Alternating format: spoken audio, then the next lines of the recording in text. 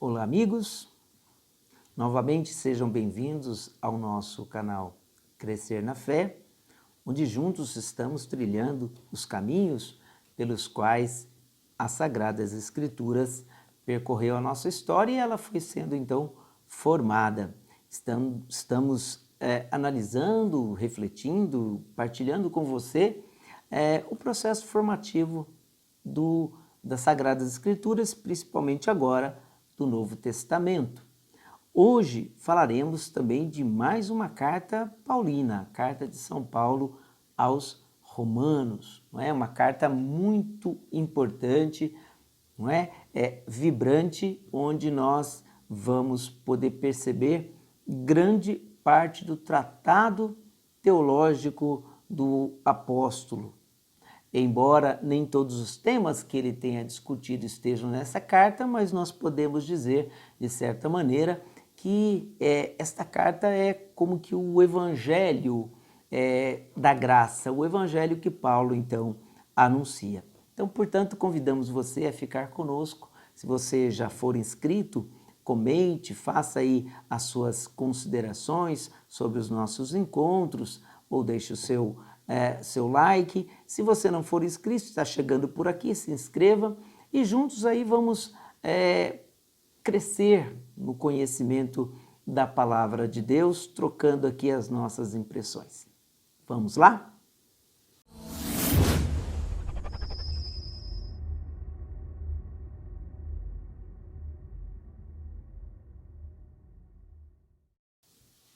Amigos aqui do canal Crescer na Fé, então hoje comentando um pouquinho sobre a carta aos Romanos, nós queremos pedir a graça e o auxílio de Deus para que a gente possa compreender, pelo menos entrar um pouco dentro deste universo, dentro da teologia do apóstolo, que, como dizem alguns, ele é o primeiro depois do único que é, evidentemente, nosso Senhor Jesus Cristo, um grande missionário, um grande evangelizador, um grande apóstolo e um grande escritor também.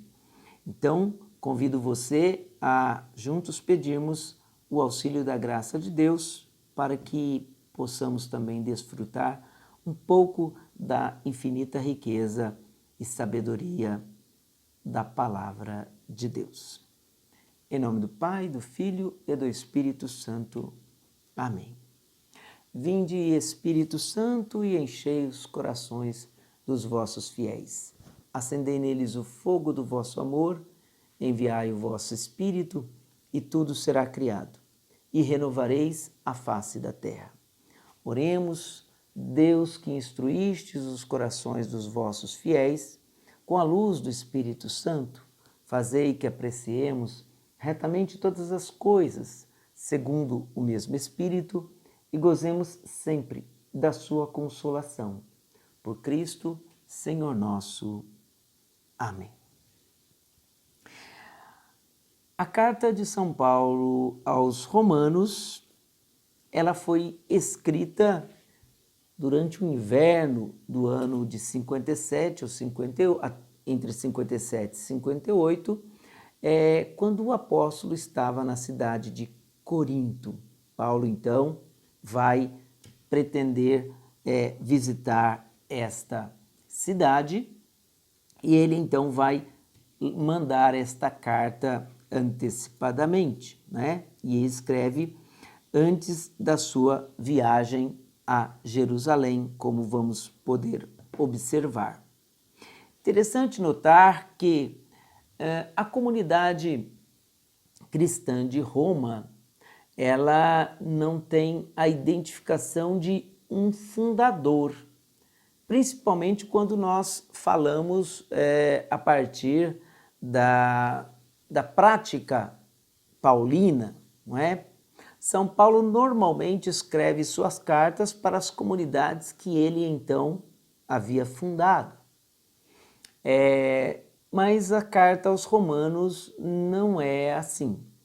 Aliás, não se sabe exatamente quem fundou esta comunidade. O que se sabe é que não foi fundada por Paulo, também muito provavelmente não foi fundada por Pedro. O que se pode talvez intuir é que cristãos da Síria ou mesmo da Palestina tenham feito esta comunidade presente também em Roma, onde nós temos um ponto de encontro. Se olharmos os primeiros anúncios de Atos dos Apóstolos, depois do dia de Pentecostes, dentre aquelas várias nacionalidades ou regiões que ouviam os apóstolos falar, no caso do seu capítulo 2, nós vamos perceber que dentre eles são citados também romanos, ou seja, então haviam romanos durante o período de Pentecostes em Jerusalém, quando Pedro faz o seu discurso. E nos diz o livro de Atos que muitos, mais de 3.000 pessoas, então, houveram se convertido ao cristianismo a partir daquela pregação do apóstolo. Provavelmente aqueles que retornaram para Roma continuaram e fundaram as comunidades, né, os seus grupos de cristãos para continuar a desenvolver, a viver esta fé que eles então acabaram de abraçar. Mas o interessante é perceber que Paulo, embora não tenha fundado esta comunidade, manifesta um desejo bastante ardente de conhecer a comunidade e de falar-lhes a respeito do Evangelho de Cristo. A carta aos Romanos é um texto bastante denso. Nós temos 16 capítulos aí desse escrito, onde nós vamos ter vários assuntos que Paulo vai tratar. Uma grande parte doutrinal, que vai do capítulo 1 até o capítulo 11, em que Paulo vai trabalhar a doutrina, inclusive da salvação, e vai nos falar de temas importantíssimos, como a centralidade em Cristo, a salvação pela fé, não é? Vai falar do Espírito, vai falar do batismo, vai falar exatamente a respeito dessa salvação centrada em nosso Senhor Jesus Cristo. Então, praticamente quase todos os temas Paulo aborda nessa carta. E por que Paulo faz isso? Porque provavelmente, embora não tenha ido lá e não tenha sido seu fundador, Paulo deve ter ouvido a respeito da situação pela qual passa a comunidade de Romanos. E ele, então, no seu projeto de evangelização, querendo ainda ir à Espanha, ele vai querer passar também por Roma, não é? Logo no capítulo 1 desta carta, nós já podemos perceber o apóstolo manifestando esse desejo. Lá no seu versículo 13, capítulo 1, versículo 13 dessa epístola, o autor sagrado vai dizer: eu não escondo, irmãos, que muitas vezes me propus ir ter convosco e fui impedido até agora, para colher algum fruto também entre vós, como entre as outras nações. Pois eu me sinto devedor a gregos e a bárbaros, a sábios e a ignorantes. Daí meu propósito de levar o evangelho também a vós que estáis em Roma. Veja, logo no início Paulo manifesta o seu desejo. E que circunstâncias Paulo vai escrever? No seu capítulo 15 desta carta, nós vamos poder também encontrar mais elementos que nos mostram o que Paulo tinha em mente e por que ele também, em que ponto da vida Paulo estava e por que é que ele então queria também chegar ao coração do império. Paulo já tinha praticamente terminado todo o seu trabalho evangelizador, não é? Nas outras províncias, nos outros lugares. Então agora ele vai chegar ao coração do império. Lá no capítulo 15, versículo 22, nós podemos observar isso, quando ele diz: foi justamente isto que sempre me impediu de chegar a vós.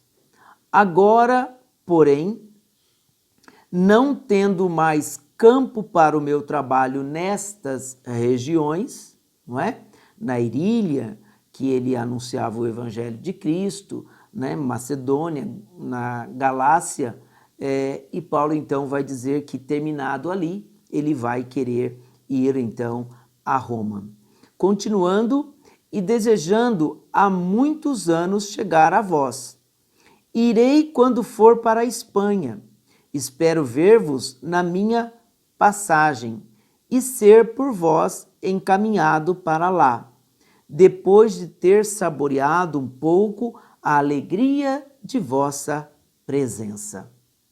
Mas agora vou a Jerusalém, a serviço dos santos. A Macedônia e a Acaia houveram por bem participar de alguma forma das necessidades dos santos de Jerusalém, que estão na pobreza. Ou seja, em que circunstâncias essa carta é escrita? Paulo está dizendo: eu quero ir à Espanha, vou passar e quero encontrar primeiro com vocês, mas antes eu tenho que realizar um outro projeto, que era de socorrer a igreja de Jerusalém. A igreja mãe, a igreja judaico-cristã, estava passando por necessidades materiais. Paulo então faz uma coleta em favor dos pobres de Jerusalém. E ele vai dizer: eu preciso levar essa coleta a eles, aos santos lá de Jerusalém, e depois ele iria então realizar esse projeto de viagem. E ele vai dizer que neste projeto todos da Galácia, da Macedônia, da Acaia também contribuíram para que ele pudesse realizar esse seu desejo. E o que Paulo tem em mente? Ele percebe aí uma comunhão de vida, porque as igrejas, então, fora o mundo judaico, elas receberam do mundo judaico a herança da fé, a graça do Evangelho. Nada mais justo que elas também agora cooperarem com a Igreja Mãe de Jerusalém nas suas necessidades materiais. E é exatamente isso que ele vai também falar aqui, não é? Continuando aí no versículo 27.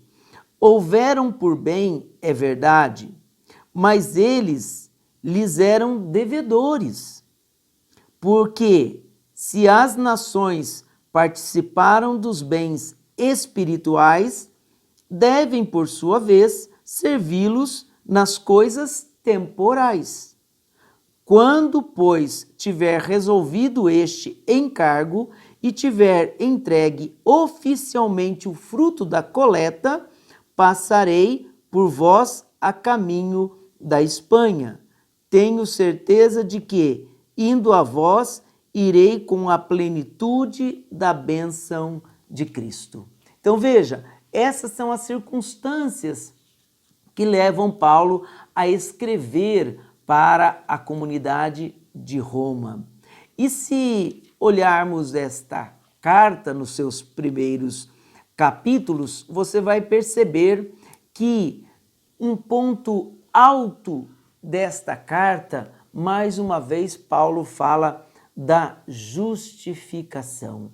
Ou seja, a justiça foi feita através da salvação por Cristo Jesus. É isso que ele trata no seu capítulo 5 desta carta. Então ele vai dizer no capítulo 5, versículo 1: tendo sido, pois, justificados pela fé, estamos em paz com Deus, por nosso Senhor Jesus Cristo, por quem tivemos acesso pela fé a esta graça, na qual estamos firmes e nos gloriamos na esperança da glória de Deus.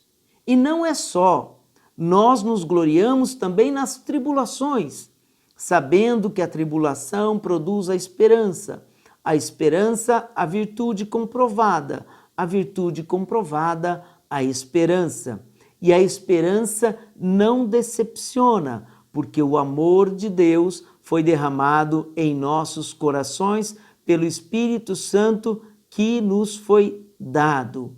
Foi com efeito quando éramos fracos que Cristo, no tempo marcado, morreu pelos ímpios. Dificilmente alguém dá a vida por um justo, por um homem de bem. Talvez haja alguém que se disponha a morrer, mas Deus demonstra seu amor para conosco pelo fato de Cristo ter morrido por nós quando éramos ainda pecadores. Quanto mais então agora, justificados pelo seu sangue, seremos por ele salvos da ira. Pois, se quando éramos inimigos fomos reconciliados com Deus pela morte do seu Filho, muito mais agora, uma vez reconciliados, seremos salvos por sua vida. E não só, mas nós nos gloriamos em Deus por nosso Senhor Jesus Cristo, por quem, desde agora, recebemos a reconciliação. Veja o que Paulo fala. O cerne de toda a vida está exatamente nisso, em Deus ter amado a humanidade e mandado o seu Filho único para morrer pelos ímpios, como ele vai dizer, quando ainda éramos pecadores. E a carta, então, prossegue falando de toda essa escatologia, essa salvação que Deus vai realizando ao longo de todo o tempo. Paulo, ele, na verdade, mais uma vez, ele revisita toda a história, inclusive, da salvação, quando ele vai dizer que um tema importante é exatamente o do Espírito, onde nós vamos poder receber a adoção filial e poder chamar a Deus de Pai. Mas Paulo também, ainda neste ponto da carta, ele fala de algo muito importante. Lá no capítulo 9, de 9 a 11, ele vai falar sobre a situação de Israel. Afinal de contas, Deus tendo aberto a porta aos pagãos, aos gentios, será que ele teria então virado as costas para o seu povo de Israel? E Paulo vai dizer que não. Israel é ainda o povo escolhido por Deus.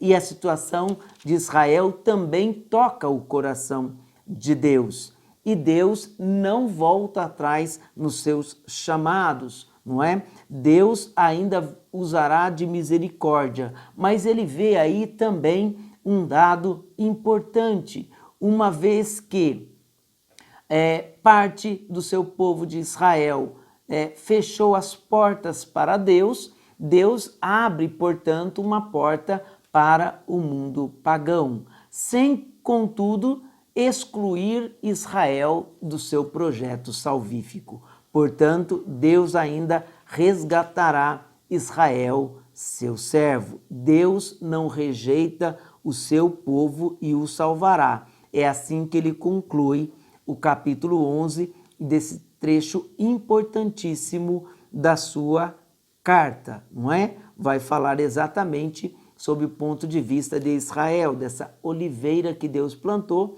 e Deus, evidentemente, não a abandonará.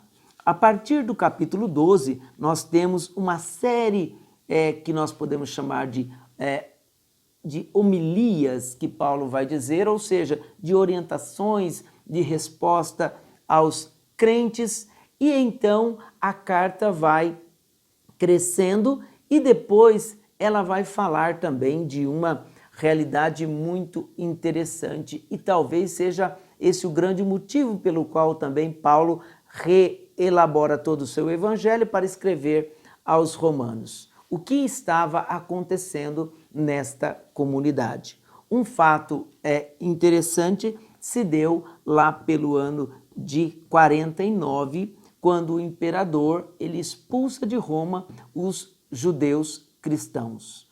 Porém, os gentios cristãos, aqueles que não eram do povo de Israel, mas se converteram ao cristianismo, permaneceram na cidade de Roma.